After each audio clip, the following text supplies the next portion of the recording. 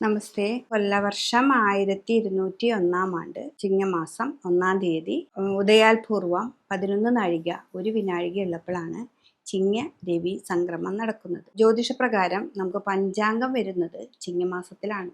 അപ്പം ചിങ്ങമാസത്തിലാണ് ആദ്യം നമുക്ക് പഞ്ചാംഗം വന്നുകൊണ്ടിരിക്കുക.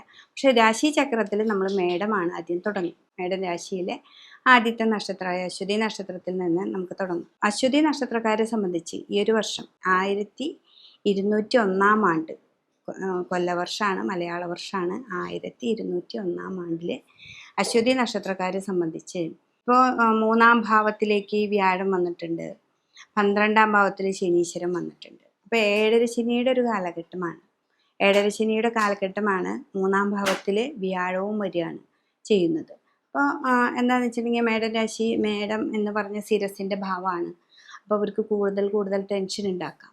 ബിസിനസ്സുകാരെയൊക്കെ സംബന്ധിച്ച് പ്രത്യേകിച്ച് ടെൻഷൻ കൂടുതൽ ഉണ്ടാവും. അപ്പോൾ ശനീശ്വരൻ 12-ൽ നിൽക്കുകയാണ്. ശനി 12-ൽ നിൽക്കുമ്പോൾ വ്യയസ്ഥാനാണെന്ന്, ചിലവുകൾ അധികമായിട്ട് വരിക, അതാണ് വ്യയം എന്ന് പറയുന്നത്. പിന്നെ രോഗാവസ്ഥകൾ വരുന്നുണ്ട്. മീനൻ രാശിയിൽ ശനി നിൽക്കുമ്പോൾ കാല് സംബന്ധമായിട്ടുള്ള രോഗങ്ങൾ, ഞരമ്പ് സംബന്ധമായിട്ടുള്ള രോഗങ്ങൾ, അതൊക്കെ വരുന്നുണ്ട്.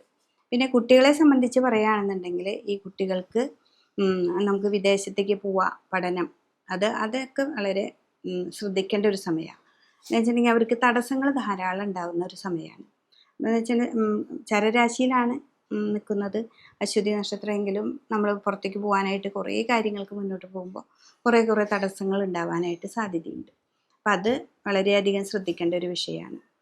ബിസിനസ്, പിന്നെ നമുക്കൊരു ജോലിയായിട്ട് നടക്കുന്നവർ, ജോലിയായിട്ട് ഗവൺമെൻറ് ജോലിയാവാം അല്ലെങ്കിൽ പ്രൈവറ്റ് ജോലിയാവാം. അപ്പോൾ മേലുദ്യോഗസ്ഥന്മാരിൽ നിന്ന് നമ്മൾ എന്തൊക്കെ ചെയ്താലും അതിനൊരു തടസ്സം കാണുവർ, അതിലൊരു കുറ്റം കാണുന്ന രീതി നമുക്ക് അനുഭവപ്പെടും. അപ്പം അതൊക്കെ നമുക്ക് ഈ ശനീശ്വരൻ 12-ൽ നിൽക്കുന്നത് കൊണ്ടാണ്. പിന്നെ 3-ലാണെങ്കിൽ വ്യാഴവും മറയുകയാണ് ചെയ്യുന്നത്. അപ്പം നിങ്ങൾ എന്താ ചെയ്യണം? ശനീശ്വരനായിട്ടുള്ള ശനിയെ നന്നായിട്ട് ശിവൻ്റെ അമ്പലത്തിൽ പോയിട്ട് മുൻവിളക്ക് ധാര കൊടുക്കണം, വില്ലുവാർച്ചന നടത്തണം. വില്ലുവ ദളം കൊണ്ട് നമുക്കുള്ള പേര് നക്ഷത്രമൊക്കെ വെച്ച് ഒരു അർച്ചന കൊടുക്കുക. മാസത്തിലൊരിക്കൽ ചെയ്താലും മതി. അത് കഴിഞ്ഞ് വ്യാഴത്തിനെ പ്രീതിപ്പെടുത്തുക. വ്യാഴം 3-ലായതുകൊണ്ട് മനസ്സ് എപ്പോഴും ടെൻഷനായിരിക്കും, മുറവിളി കൂട്ടുമെന്നാണ് പറയുക. അപ്പോൾ ആ വ്യാഴത്തിനെ സംബന്ധിച്ച് വിഷ്ണു ക്ഷേത്രത്തിൽ പോവുക. മാസത്തിലൊരിക്കലാണെങ്കിലും ഒരു ഇടയ്ക്ക് വല്ലാണ്ട് തടസ്സങ്ങൾ നമുക്ക് അനുഭവപ്പെടുകയാണെങ്കിൽ ഒരു മഞ്ഞപ്പട്ടിൽ ഒരു പിടിപ്പണം വെച്ച് സമസ്ത ദുരിതങ്ങൾ മാറണേന്ന് പറഞ്ഞ് പ്രാർത്ഥിക്കുക. അതും അല്ലെങ്കിൽ നമുക്ക് വിഷ്ണു ക്ഷേത്രത്തിൽ ഒരു വിളക്കുമാല പായസം അതും സമർപ്പിക്കുക. മാസത്തിലൊരിക്കൽ ഈ വിളക്കുമാല പായസമൊക്കെ സമർപ്പിക്കുക. മഞ്ഞപ്പട്ടിലുള്ളതൊക്കെ അത്ര അധികം തടസ്സങ്ങൾ ഉണ്ടെങ്കിൽ മാത്രം നമുക്ക് നോക്കിയാൽ മതി. പിന്നെ ഇപ്പോൾ ഈ രാശിയുടെ അധിപതിയാണ് ചൊവ്വയാണ്. അപ്പോൾ ചൊവ്വയാണെങ്കിൽ നമുക്ക് ഇടയ്ക്ക് എല്ലാ 2.5 മാസം 1.5 മാസമൊക്കെ കൂടുമ്പോൾ രാശികൾ മാറുന്ന ഒരു നക്ഷത്രമാണ്. അപ്പോൾ നമുക്ക് ദേവിയെയും അതിൻ്റെ കൂട്ടത്തിൽ ഭജിക്കാം. അപ്പോൾ അടുത്തുള്ള ദേവീ ക്ഷേത്രത്തിൽ, ഏറ്റവും അടുത്തുള്ള ദേവീ ക്ഷേത്രത്തിൽ പോവുക, നന്നായിട്ട് പ്രാർത്ഥിക്കുക. വിവാഹ തടസ്സങ്ങളൊക്കെ ആയിട്ട് നിൽക്കുന്ന ആൾക്കാരാണെങ്കിൽ വെളുത്ത പൂക്കൾ കൊണ്ട് തിങ്കളാഴ്ച ദിവസം നമ്മൾ നന്നായിട്ട് പ്രാർത്ഥിക്കുക. അപ്പോൾ അവിടെ പോയിട്ട് സ്വയംവരാർച്ചന കൊടുക്കുക. അപ്പോൾ എല്ലാ തിങ്കളാഴ്ചയും അതൊരു 7 തിങ്കളാഴ്ച അടുപ്പിച്ച് ചെയ്യുക, മുടക്കില്ലാതെ ചെയ്യുക. അഥവാ മുടക്ക് വന്നാൽ വീണ്ടും അത് 7ആയിട്ട് റിപ്പീറ്റേഷൻ ചെയ്യുക. അതൊക്കെ ചെയ്ത് കഴിഞ്ഞിട്ടുണ്ടെങ്കിൽ ആ വിവാഹപരമായിട്ടുള്ള തടസ്സങ്ങൾ മാറിക്കിട്ടും. ഇപ്പോൾ കുട്ടികൾക്ക് പോകേണ്ട കാര്യം മാറണമെങ്കിൽ ചുവന്ന പൂക്കൾ കൊണ്ട് ദേവിക്ക് അർച്ചന കൊടുക്കുക. അപ്പോൾ അതും 7 ദിവസം നിങ്ങൾ പോകണം, നിങ്ങൾ നന്നായിട്ട് പ്രാർത്ഥിക്കണം, ഇതൊക്കെ ചെയ്യണം. അല്ലാതെ തിരുമേനിയുടെ അല്ലെങ്കിൽ ശാന്തിക്കാരൻ്റെ കയ്യിൽ പൈസ ഏൽപ്പിക്കാതെ നമ്മൾ തന്നെ പോയി പ്രാർത്ഥിച്ച് അത് കഴിഞ്ഞ് ആ അർച്ചന കഴിയുന്നവരെ അവിടെ പ്രാർത്ഥന വേണം.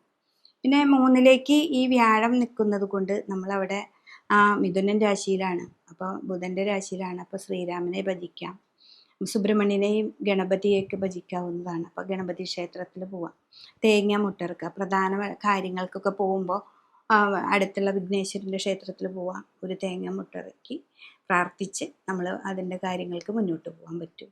ഇതാണ് നമുക്ക് അശ്വതി നക്ഷത്രക്കാരെ, കുട്ടികൾക്കായാലും ബിസിനസ്സുകാരാണെങ്കിൽ കൂടുതൽ പ്രതിസന്ധികളുണ്ട് അവർക്ക്. 12-ലെ വ്യയമാണ് കൂടുതൽ.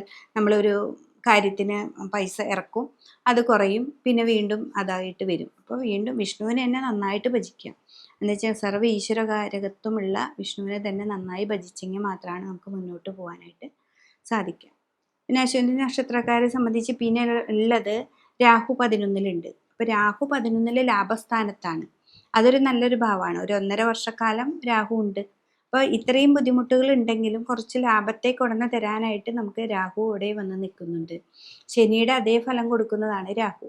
അപ്പോൾ അതുകൊണ്ട് തന്നെ ഈ രാഹുവിന് പറ്റത്തക്ക വഴിപാടുകൾ ചെയ്യുക. പിന്നെ അത് എപ്പോഴും നമ്മളെ ഒന്ന് മിറാക്കിൾ എന്ന് പറയില്ലേ, ഇന്നത് കണ്ട് ഭ്രമിപ്പിക്കുന്ന ഒരു ഗ്രഹം കൂടിയാണ് രാഹു. അപ്പോൾ പെട്ടെന്ന് എന്തെങ്കിലും കാണുമ്പോൾ ഭ്രമിച്ച് അതിലേക്ക് പോയി ചാടാതിരിക്കുകയാണ് ഏറ്റവും നല്ലത്. എന്ന് വെച്ചിട്ടുണ്ടെങ്കിൽ നമുക്ക് പുതിയ പുതിയ ഓഫറുകൾ വരും. അപ്പോൾ അതൊക്കെ കാണുമ്പോൾ പെട്ടെന്ന് എടുത്ത് ചാടി സാമ്പത്തികമായി കുറേ ഇൻവെസ്റ്റ് ചെയ്തിട്ട് ഒന്നും തുടങ്ങാതിരിക്കുകയാണ് ഇപ്പോൾ നല്ലത്. ഈ ശനി 12-ൽ നിന്ന് ലഗ്നത്തിലെത്തുന്നത് വരെ കുറേ അധികമായി ഇൻവെസ്റ്റ് ചെയ്യാതെ നമുക്ക് മുന്നോട്ട് പോവുകയാണ് ഏറ്റവും നല്ലത്. അപ്പോൾ രാഹു നല്ലതാണ്, നമുക്ക് നല്ലതായിട്ട് സാമ്പത്തിക ഭാവങ്ങളിലേക്ക് കൊണ്ടുവന്ന് തരും. നമുക്ക് കുറേ ഓപ്പർച്യൂണിറ്റീസ് നമുക്ക് മുന്നിലേക്ക് കൊണ്ടുവരും. ഇതൊക്കെ തന്നാലും നമ്മൾ ഇൻവെസ്റ്റ്മെൻറ്റ് വളരെ കുറച്ച് മുന്നിലേക്ക് പോവുകയാണ് അശ്വതിക്കാർക്ക് ഏറ്റവും നല്ലത്. കുട്ടികളാണെങ്കിലും വിദേശം പോകുമ്പോൾ പൈസയ്ക്ക് ഇൻവെസ്റ്റ്മെൻറ്റ് ചെയ്യുമ്പോൾ അധികമല്ലാത്ത ചെറിയൊരു എമൗണ്ടൊക്കെ അഡ്വാൻസ് ചെയ്ത് മുന്നോട്ട് പോവുക. വിവാഹ തടസ്സങ്ങൾക്ക് ഇതിങ്ങനെയുള്ള കാര്യങ്ങളൊക്കെ ചെയ്യുക. ദേവിയേനെ നന്നായിട്ട് ഭജിക്കുക. ഇതാണ് അശ്വതി നക്ഷത്രക്കാർക്ക് ഈ ഒരു വർഷത്തേക്ക് ഏറ്റവും കൂടുതൽ. പിന്നെ അതേപോലെ തന്നെ ഇവിടെ കേതു ഉണ്ട്. കേതു നിങ്ങൾക്ക് നിൽക്കുന്ന ഒരു ഭാവം 5-ാം ഭാവത്തിലാണ്. 5-ൽ കേതു വരുമ്പോൾ നമ്മുടെ സന്താനങ്ങൾക്ക് ഉണ്ടാകുന്ന കുറച്ച് ദോഷങ്ങൾ.